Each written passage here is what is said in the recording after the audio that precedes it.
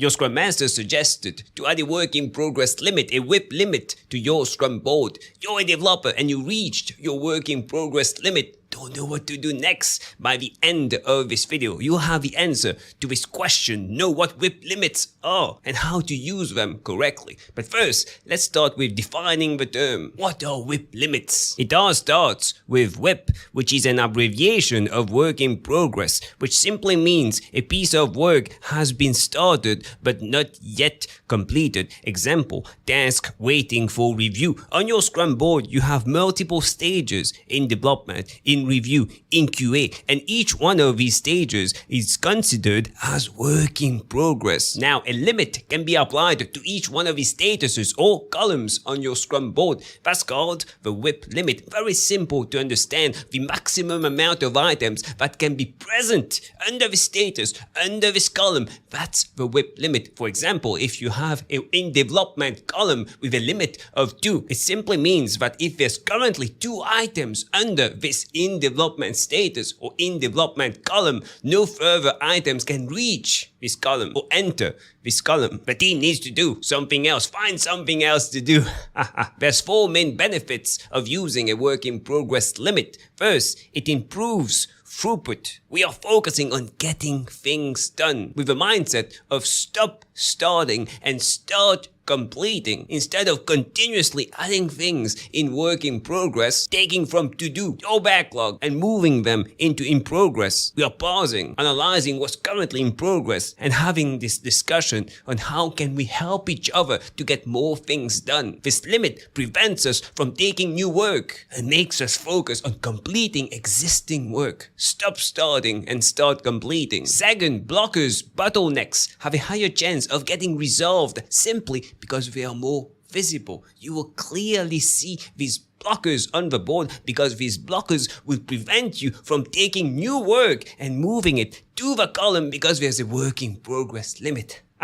You can't move new items in this column. Resolve the blockers first. Resolve the bottlenecks first. So the team has to stop, help each other, resolve the bottleneck so that they can take new work. Again, this forces the team to stop starting and start completing, which increases the chance of us actually delivering a shippable increment of a product at the end of a sprint. Number 3, it reduces multitasking. Again, we are not picking up new work. If we have an issue with a current thing that we are working on, the current piece of work we are working on, it's blocked, or we don't know what to do with this item. Instead of getting it done, instead of requesting for help, some people might take a new item and just simply start working on a new item. You can't do that if you set your work in progress limit correctly. You force people to complete what they started. Again, this mindset of stop starting and start completing reduces multitasking, makes people focus, removes distractions, and as a result, increases efficiency and effectiveness. Number 4, collaboration and teamwork. The team will actually act as a team. I can't pick up new items from the to-do column and start working, developing these new items simply because the work in progress limit has been reached. I need to help someone else in the team. If there wasn't this work in progress limit, I might have picked up a new item, worked in silo, ignore the others. I'm not even aware of what's going on in the team, but I can't do that with a work in progress limit. We need to help each other. Let's make work in progress limits even simpler, clearer in your mind with an example. Just picture in your mind a to-do column, work that needs to be picked, an in development column, work that is currently in development, a QA column, work that requires testing, and a done column, work that is basically completed. 4 columns, and the in progress columns here are the in development column and in QA column. A common problem that I see with many Scrum teams or Agile teams is there's a dedicated person doing the QA or testing activities. So there's basically 5 developers and 1 QA person, and we already know what will happen during the sprint. The 5 developers are coding tasks, they're coding efficiently, moving tasks from in development to the QA. And the more we go in the sprint, the more the QA person will be overwhelmed with how much testing they need to do. How can this be visible on the board? How can this be fixed? Simply adding a work in progress limit on the complete flow per developer in the in development column or in the in QA column. Maybe we can say that no more than 3 items can be in the in QA column at a given time. Or maybe in development, 5 developers, 1 item in development at a time. So a work in progress limit of 5. I prefer the approach of adding a work in progress limit in the in QA column, maybe 3 items at a time. And the problem here is that developers will not be able to move items to an in QA column and pick up something new. They will need to start doing something else. You can't pick up new work. You need to complete the in progress work and do something else. But what is this something else? Very good question. What's the goal of a sprint?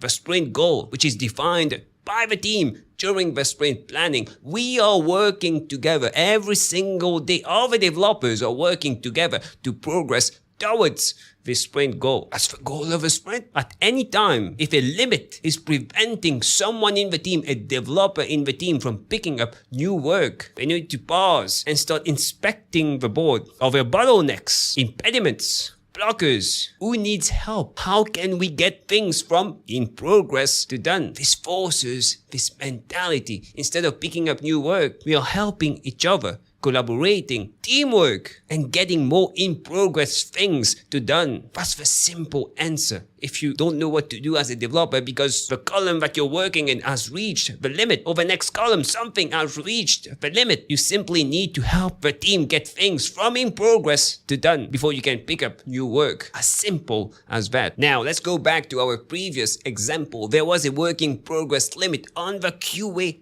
column. Only 3 items can enter the QA column. It simply means that the QA person is being overwhelmed because there's so many developers. They are so efficient, the developers coding super fast. And you're a developer, you just completed your work. You can't move it to the in QA column and pick up something new. So you need to do something else. And in this situation, you need to identify bottlenecks, blockers, impediments. And it's clear if you look at the board, the QA is being overwhelmed. So go do the QA activities, the testing activities. At any point, any column where you see the limit has been reached, go ask people if they need help.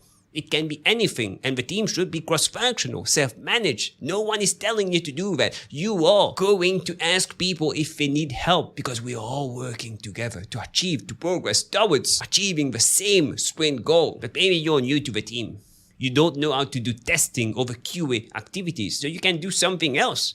What are the other activities of the team during a sprint? Documentation, writing scripts for automated testing, refinement activities, preparing future sprints, attending the meetings of a Scrum team. But the QA person or the person currently working on the work in progress, the person currently overwhelmed, doesn't want to attend the meeting in behalf of this person. Start learning the QA activities. That's long-term thinking, but in the short term, I recommend doing refinement activities. Start reading the backlog, top priority items, ask questions, work on documentation. There's always things to do. But the priority here should be to resolve this bottleneck. If the bottleneck is always or often in the QA activity column, get people to learn the QA activities so we can resolve these bottlenecks sooner. Which brings me to my next point. If you want more tips, insights on Agile, Scrum, personal growth, click on the video that stands out the most on the screen right now, and I'll see you in a few seconds.